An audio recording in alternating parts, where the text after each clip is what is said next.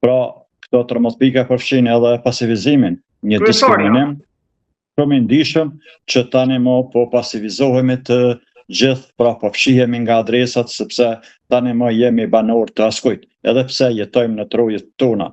Pra pasivizimi i adresave është ngrit në nivele më të lartë, ka bërë një raport edhe Bashkimi Evropian, Parlamenti Evropian dhe instancat të tjera të Bashkimit Evropian.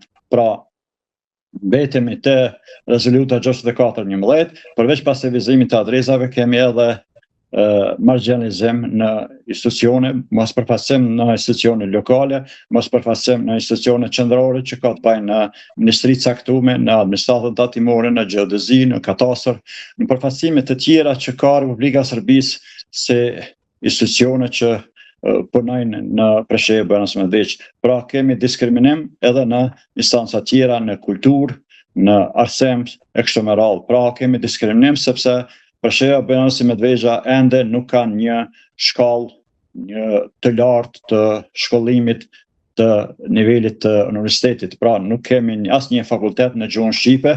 Por asnjëja e diplomave, asnjësimi nuk është bërë. Po ashtu kemi mos njohje të diplomave të gjithë studentët të cilët kanë kryer diploma në Republikën e Kosovës dhe këto nuk njihen edhe pse është biseduar në nivelin më të lartë.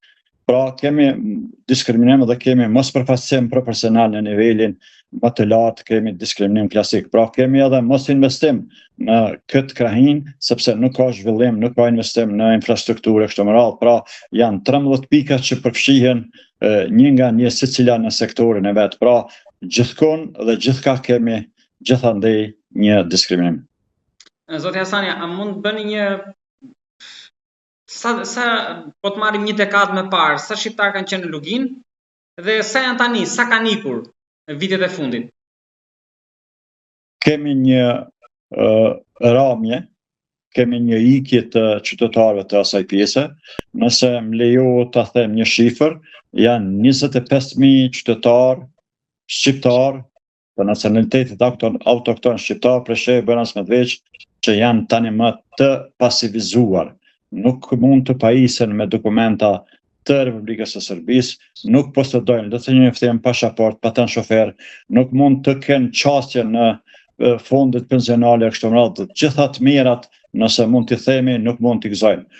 Këtë numër e kemi nxjerrë nga disa organizata jo qeveritare, nga disa aktivistë dhe firmëtarë që të cilët kanë bërë një sondazh, kanë bërë një anketë dhe kanë bërë një statistikë lidhur me personat se sa është numri i tyre. Pra kemi një ramje shumë të madhe të numrit të cilët janë pasivizuar. Këtë shifër mund ta jap në kuptimin që ta kushton Bashkimi Evropian, Organizata e Kombeve të Bashkuara, Republikën e Serbisë që ta nxjerrë numrin e saktë të pasivizuarve, një statistikë zyrtare. Kjo që po e them unë nuk është një statistikë zyrtare, por është një statistikë e përafërt që mund të ketë më shumë. Pra kemi një ramje nga regjistrimi i fundit i Republikës Socialiste Federative të Jugosllavisë të vitit 1981, kemi një ramje të jashtëzakonshme sepse në atë kohë këto 3 komuna kanë përbërë mbi 100.000 banor, kurse regjistrimi i parë pas luftës së QVM-s është bërë në vitin 2002 dhe ka një ramje jashtëzakonisht të madhe veçmas që përfshihet në komunën e Medveçës. Dhe në komunën e Medveçës në regjistrimin e parë të vitit 2002 pas luftës së QVM-s kemi një numër të madh të shqiptarë që sot nuk janë. Në atë kohë, nëse më lejon, ka qenë kuvendi komunal i Medveçës është përbërë prej 8 këshilltarëve komunal shqiptar, kurse tani më janë 3 këshilltar komunal shqiptar në Asamblenë Komunale të Medveçës. Ja shifni se sa është numri ramje e madhe, rapide e popullatës shqiptare autoktone në Medveç, veçmas në Medveç, ashtu në malsinë e Bujanovës për nga avion edhe në malsinë e Preshevës. A jeni, ose më saktë, pse besoni që këtë radhë Serbia ndoshta mund të dëgjojë thirrjet apo ultimatumet e këtij ligji amerikan? Dhe çfarë mund ndryshoj konkretisht?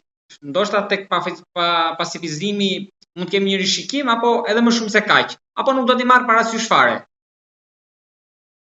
Unë mendoj që rezoluta e cila është prezantuar në Senat e që pritet brenda 180 dite sipas procedurave të Shtetit Bashkuar të Amerikës të miratohet dhe të hyjë në fuqi pas nënshkrimit nga presidenti i Shtetit Bashkuar të Amerikës, kjo do të reflekton shumë dhe të prodhoj efekte jashtëzakonisht të mira pozitive për Bojana Medveç.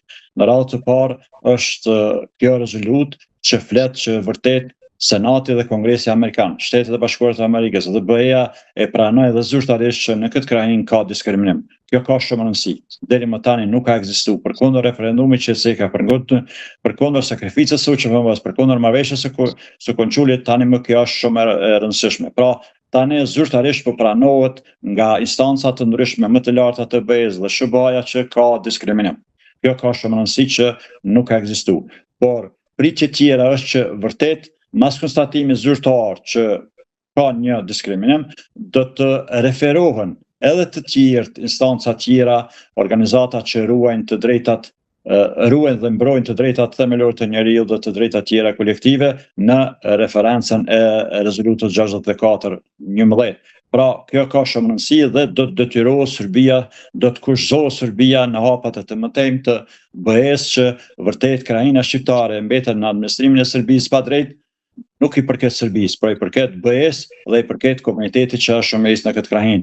Pra, do të reflekton shumë sepse Serbia do të detyrohet të kthen të gjithë adresat e pasivizuar, të gjithë shqiptarët që u janë pasivizuar atë adresat, do të detyrohet ligjërisht dhe do të kthen. Po ashtu edhe hapat të tjerë mendoj që do të priten tjerë që të ndalet diskriminimi edhe nuk ka mo që tani më kemi kryetarin e Këshillit Nacional Shqiptar atje që përballet me seanca gjyqësore pse e ka përdorur simbolin kombëtar shqiptar, kurse pakica serbe e cila jeton në Republikën e Kosovës i gëzon të gjitha të drejtat duke përfshirë edhe vendosjen e shtatorëve të ndryshme, duke menduar dhe kuptuar që janë të i kanë edhe pjesë si elemente e Kushtetutës së Republikës së Kosovës.